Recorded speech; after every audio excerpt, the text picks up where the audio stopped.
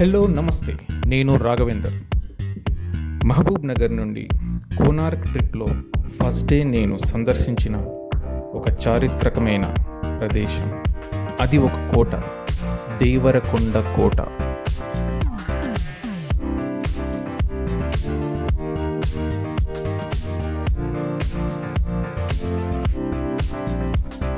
ఈ దేవరకొండ కోటలోకి అడుగు పెట్టాలంటే ఇలాంటి 4 ద్వారాలను దాటుకుంటూ వెళ్లాల్సిందే.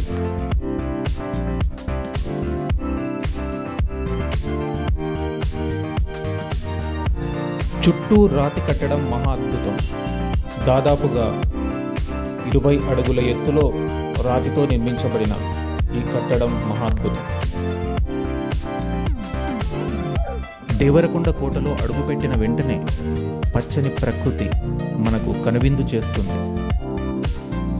ప్రకృతి ప్రేమికులకు, చరిత్ర తెలుసుకోవాలనుకునే వ్యక్తులకు ఈ కోట చాలా బాగా నచ్చుతుంది. ఇటు నుండి కాస్త ముందుకు వెళ్ళిన వెంటనే మీకు మెట్ల దారి కనబడుతుంది. దాదాపుగా 600 నుంచి 700 వరకు మెట్లు ఉంటాయి.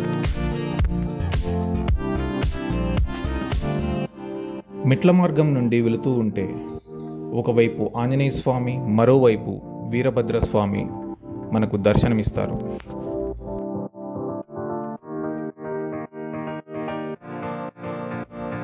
దాదాపుగా 7 నుండి 800 సంవత్సరాల చరిత్ర కలిగినటువంటి ఈ దేవరకొండ కోట చరిత్రను మనము ఇప్పుడు తెలుసుకుందాం. ఒకప్పుడు ఎంతో చరిత్ర కలిగిన ఈ దేవరకొండ కోట రాజులు, రాజ్యాలు మారే కొద్దీ ఇలా శిథిలావస్థకు చేరుతుంది. అయితే ఈ దేవరకొండ కోట యొక్క చరిత్రను నాకు తెలిసినంత వరకు, నేను చదివినంత వరకు మీకు తెలియజేస్తాను. దేవరకొండ కోట 13వ-14వ శతాబ్దంలో నిర్మింపబడింది. పద్మనాయక వెలుమ రాజ్యం స్థాపించిన శ్రేయస్సుకు చిహ్నం ఈ కోట.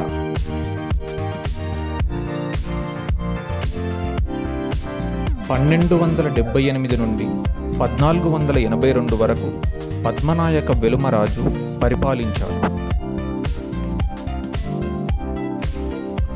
పద్మనాయక పాలకులు 8 మంది రాజులు ఉండగా అందులో ఒకరైన మాడనాయుడు స్వాధీనం చేసుకుని ఒక గొప్ప పాలకుడుగా నిలిచాడు. అంతేకాక ఈయన అద్భుతమైన ధైర్య సాహసాలకు యోధుడు కూడా.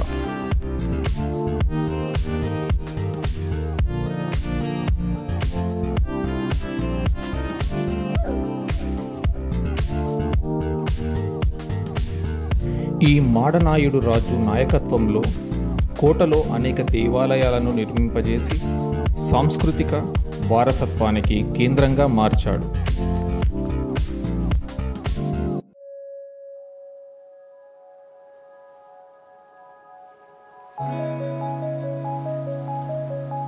అంతేకాకుండా ఈ కోట నుండి శ్రీశైలంలోని పాతాళ గంగకు మెట్లు ఉన్నట్టుగా చెప్తారు. కొండపైకి చేరిన వెంటనే మీకు కోనేరు దర్శనమిస్తుంది.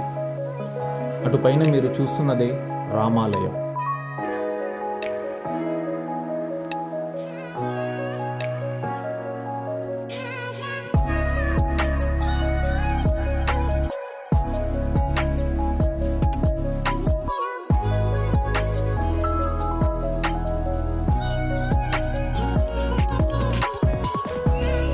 ఒకసారి మీరే ఊహించుకోండి, ఒక పెద్ద కోట మధ్య భాగంలో ఎత్తైన కొండ, ఆ కొండపై శ్రీరామాలయం.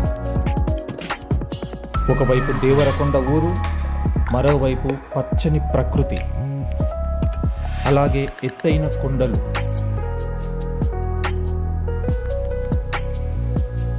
శ్రీరాముల వారి ముందు నేను సీతారామచంద్ర స్వామి వారిని దర్శనం చేసుకుని కాసేపు పచ్చని ప్రకృతి మధ్య అలా కూర్చుండిపోతే ఆ అనుభూతే వేరు. మీరు కూడా స్వామివారి దర్శనం చేసుకోండి.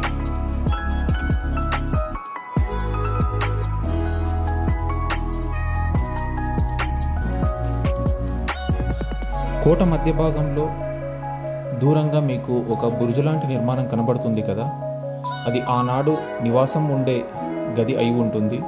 దాని ముందు కూడా ఒక అద్భుతమైన కొలను ఉంది. చివర్లో మీకు ఆ కొలను చూపిస్తాను.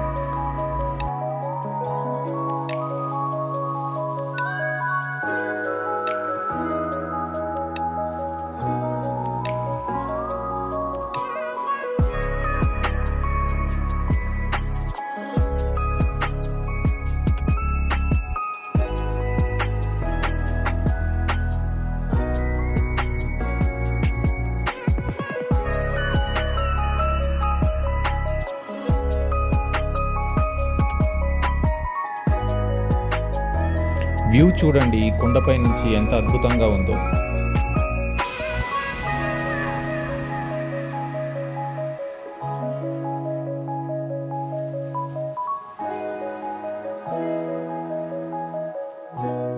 మీరు చూస్తున్నదే దేవరకొండ పట్టణం.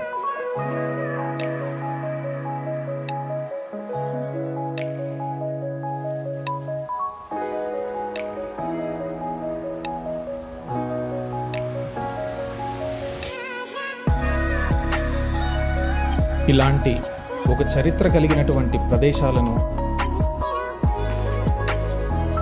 కాస్త డెవలప్ చేసి పర్యాటక పరంగా అభివృద్ధి చేసినట్లయితే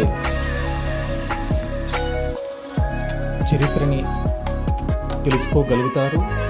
అలాగే తర్వాతి తరానికి కూడా తెలియజేయడానికి అవకాశం ఉంటుంది.